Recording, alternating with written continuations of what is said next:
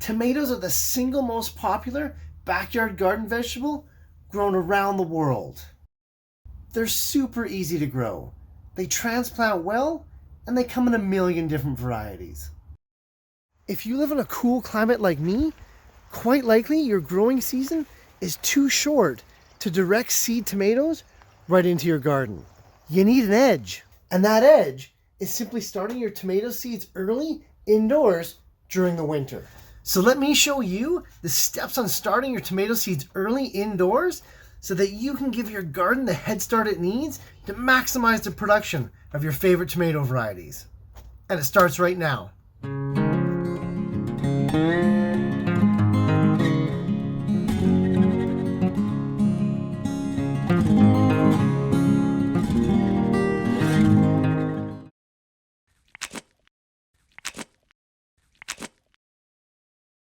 Tomato seeds are started indoors purely to extend their growing season.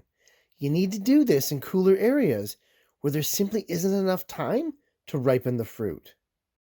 They're super easy to get going, and it gives the avid gardener something to do during the cold winter months. For starting your own tomato seeds, you need to pick the right container. If your backyard garden has evolved to the next level, quite likely you've acquired some of these 10 by 20 professional nursery seeding trays. These guys make starting hundreds or even thousands of seeds a cinch. I've been using these trays exclusively for about 7 years to start all of my tomato seeds, and I'm never going back. I start by filling each cell loosely with a quality organic seeding mixture. Now, seeding mixtures are a bit finer and lighter than your conventional potting soils and are designed to maximize germination rate and seedling viability. It really is worth it to get a quality mix to start your tomato seeds off right.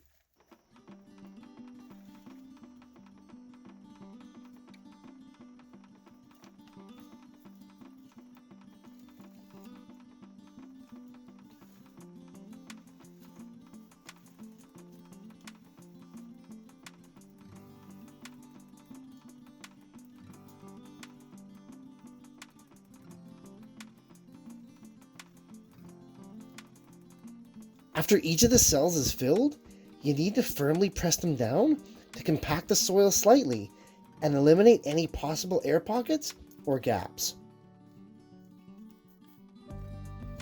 I then finish that off by topping up the soil so that each cell is nice and full.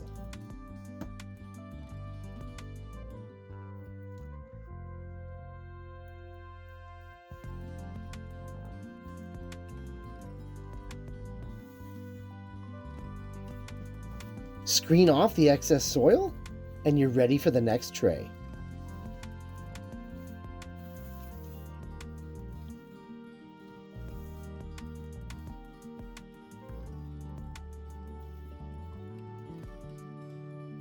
As you can see, doing multiple trays like this can be super efficient.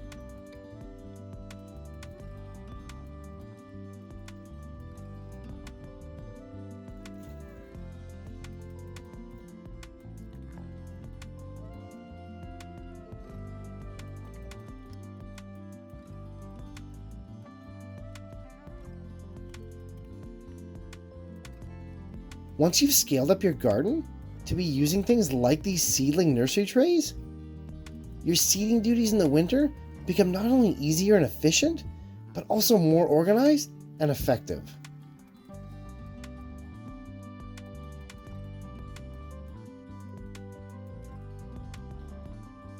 As always, with most things that are just starting out, you gotta water from below. This is to protect the integrity of the soil in each cell.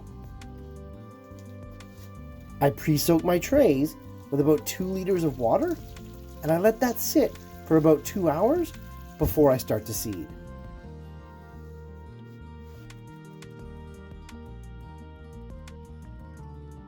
The amount of trays you can get going, and thus the amount of seeds you can start in a short period of time with a small amount of space, is astonishing. It's really easy to see why the pros use this kind of a setup to maximize their space and efficiency.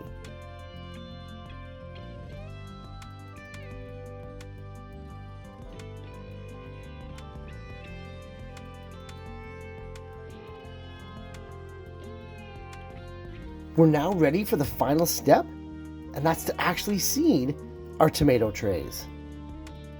If your space, time, and soil is unlimited, the conventional method to seeding these trays is to simply place one tomato seed in the middle of each cell, and once that's done, push each seed down about 1 to 2 centimeters below the soil surface.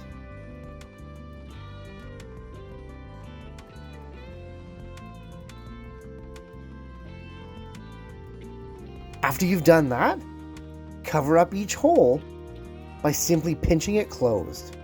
This method is perfectly fine, provided you have the time and the space. For me here on the farm though, I've never had that luxury. So I've seeded my tomato trays a little bit differently. On the right, you can see the conventional way of the single seed method. On the left, however, is the other method, whereby you actually place multiple tomato seeds in each cell. Upwards of 10 to 15 seeds, regardless of the variety, can be placed in each of the sections, allowing you to actually seed up to thousands of tomato seeds in a single tray instead of about 100. Obviously, the space, time, and soil that you'll save doing this method is huge. And this is only made possible because of how vigorous tomato seedlings are. They are very responsive in a positive way to transplanting, and tomato seedlings are usually moved on to the next stage of pot fairly quickly anyway. So all of this combined makes tomatoes the ideal candidate for multiple seeding. Don't just throw the seeds on in a huge clump. You gotta be mindful of the size of each of the cells, and you do have to give a little bit of space to that germinating seed. On the other hand, don't be too finicky, as the goal here is to actually be saving some time, and these seeds are pretty tough and easy to germinate. Whichever method you choose is perfectly fine, but I do suggest trying out that multiple seeding method, as it's really quite easy. Next, place your seed trays in an area indoors, preferably with an air temperature of about 80 to 85 degrees Fahrenheit. And when seeding multiple trays of multiple varieties of tomatoes, do ensure that you label each tray correctly to avoid confusion. Baby tomato plants all look fairly similar and are very easy to confuse with each other. Cover up each tray with a clear dome to eliminate moisture loss, and also to create an ideal greenhouse type environment for maximum germination. These tray domes come in 2 different heights, and you gotta be aware that tomato babies grow fast and will quickly push up against the smaller lids. As you can see, it's super easy to start your own tomato plants indoors, and completely necessary if you live in a cooler climate with a shorter growing season. Give it a try this winter and get a head start on that garden that you're itching to get back to. Hey, hit those like, share, and subscribe buttons if you'd be so kind, and I'll see you in the next video.